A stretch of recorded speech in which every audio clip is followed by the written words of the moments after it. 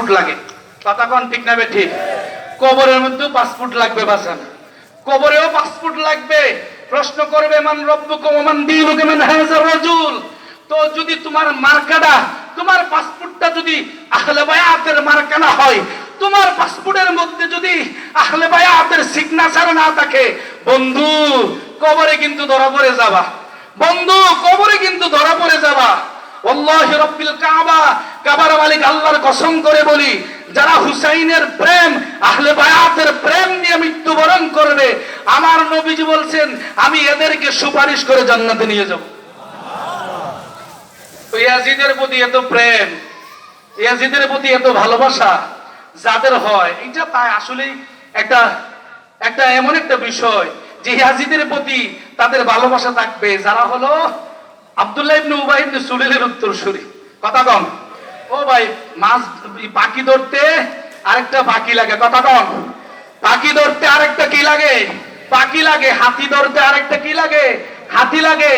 মুমিনদেরকে ধরতে হলে মুমিন সাজতে হয়, টুপি লাগাইতে হয়, জুব্বা পরতে হয়, দাড়ি রাখতে হয়, পাগড়ি লাগাইতে হয়।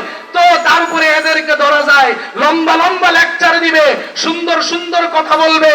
আহলে বায়াতের সময় শান আসলে এরা এই জায়গায় হাইড করবে, গোপন করবে। আর ইয়াজিদকে কিভাবে বাঁচানো যায়, ইয়াজিদকে কিভাবে জান্নাতি করা যায়, এটা এরা ঠিকাদারি নিয়ে আসছে, এটা এরা ইজারা নিয়ে আসছে যে ইয়াজিদকে কোন না কোন ভাবে জান্নাতি করতে হবে।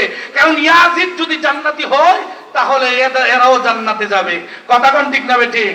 ও তুমি আর আমি, তুমি বললেই যে ইয়াজিদ জান্নাতি হবে, বিষয়টা এমন না।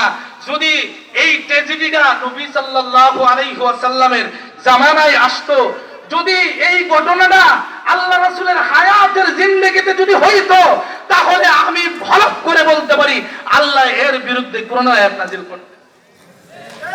আল্লাহ এর বিরুদ্ধে কোরআন আয়াত স্পষ্টভাবে নাযিল করে কিনা প্রমাণ করে দিতেন।